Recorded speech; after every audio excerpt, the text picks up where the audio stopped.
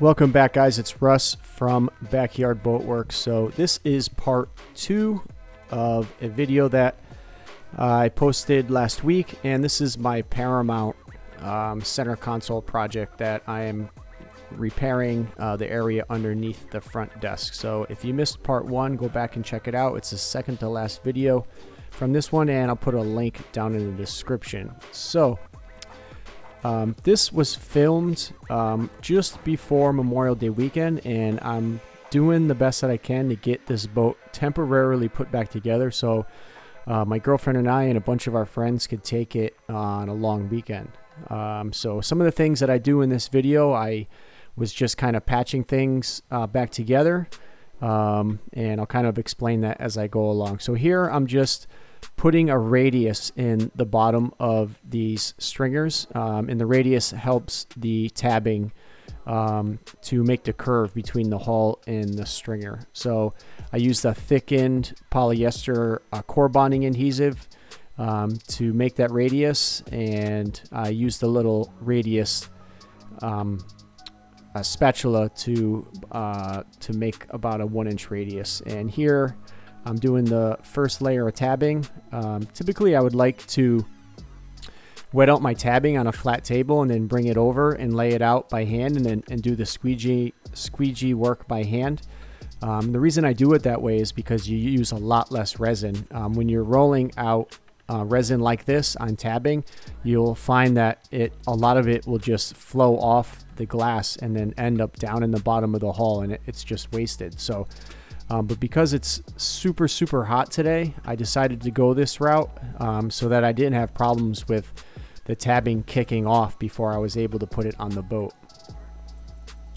So I finished that side. I did the lamination on the stringer and the tabbing all in one shot so that everything was wet on wet because it was so hot. I didn't want anything to fully cure.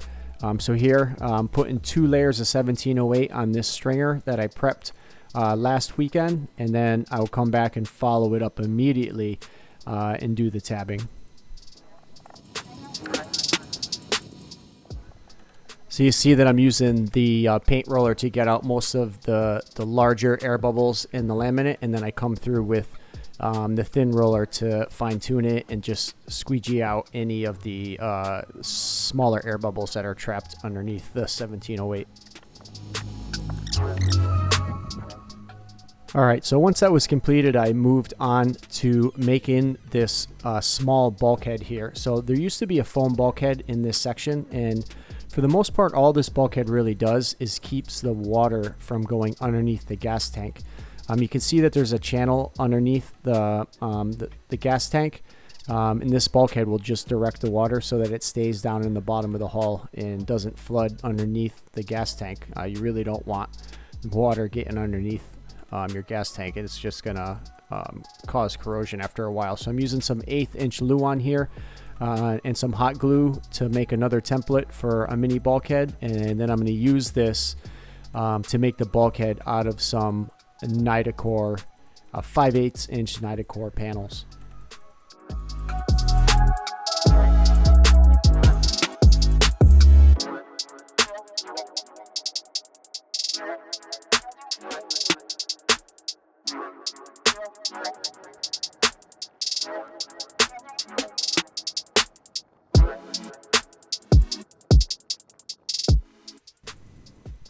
All right, so here I'm just using a 5/8 inch sheet of nidacore like I mentioned, and I'm going to laminate it with 1 layer of 1708 on each side. This piece isn't a structural bulkhead.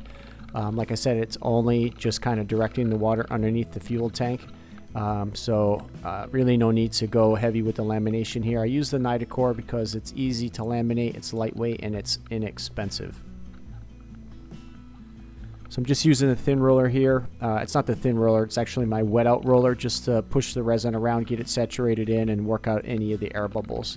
You don't really have to use a thin roller on this. This laminating roller kind of works pretty good to work out any of the trapped air underneath the surface. So sometimes I don't even use the thin roller.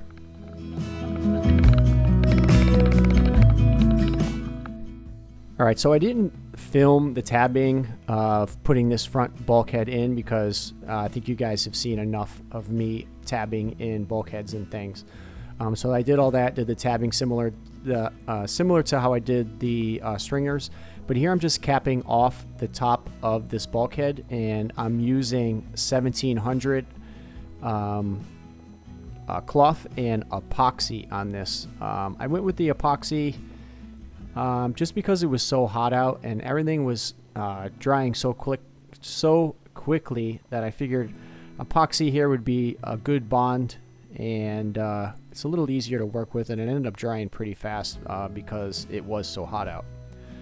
All right, so back to that bulkhead. After the lamination on it fully cured, I just came back in to do the tabbing. So I'm going to do 2 layers of tabbing on this bulkhead as well. And here I'm using a chip brush instead of the roller because the space that I'm working here is a little tighter, and the pieces are smaller. So I just did all the lamination here with a chip brush and worked out the air bubbles with the thin roller.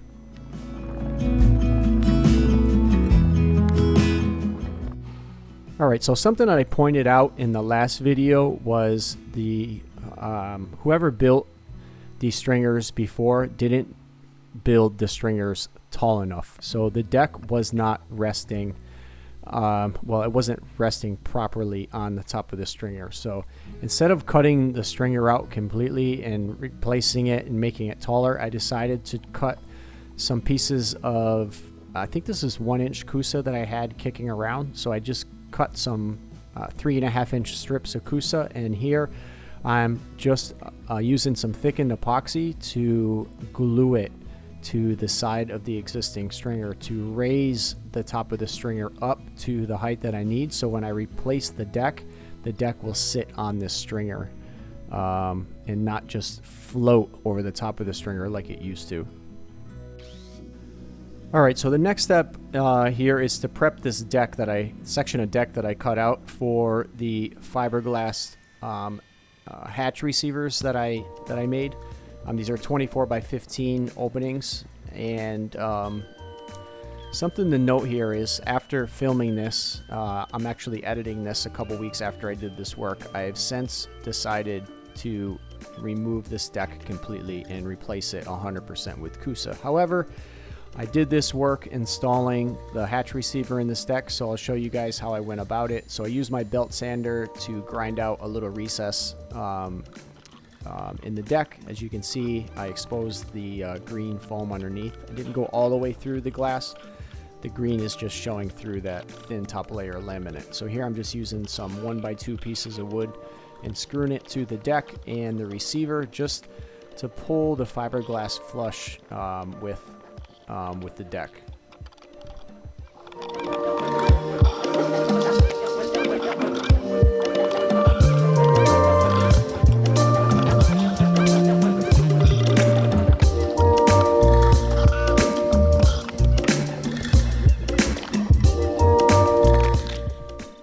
All right, so once that was all screwed in and flushed out, I took my belt sander here and then just took off any of the weird spots that didn't line up perfectly, just so I didn't have any high or low spots between the deck and the new fiberglass receiver.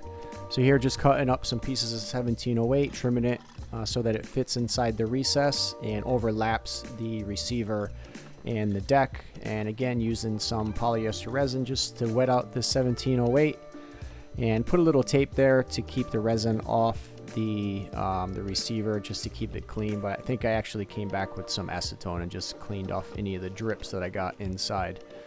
It's pretty straightforward here, laminating the 1708 and then using the brush to pull out any of the excess resin after it completely saturates.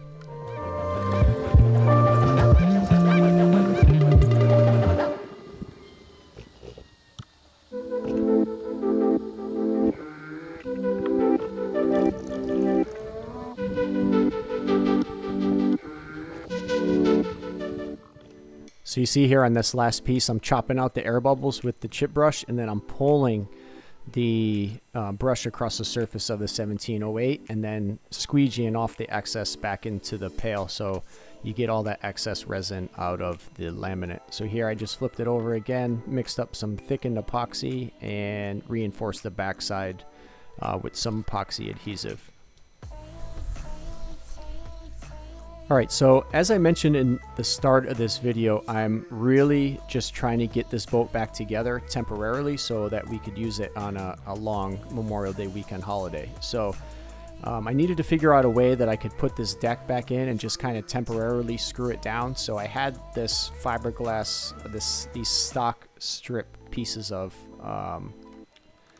I don't know what you call them, just fiberglass strips, I guess. And I used some thickened epoxy to glue it up underneath the lip of the deck. And once this epoxy cured, it gave a nice base. Oop, that one fell off. It was super hot. The epoxy is so thin that it wasn't sticking like it normally does. So I just used these little ledges that I used to rest the deck back into, and then I just went around and screwed it through those little pieces and temporarily held the deck in place.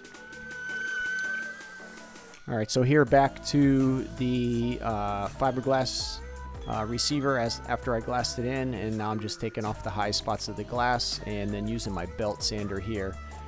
Use the belt sander laid flat so that I can get it flush, get the deck flush with the fiberglass piece.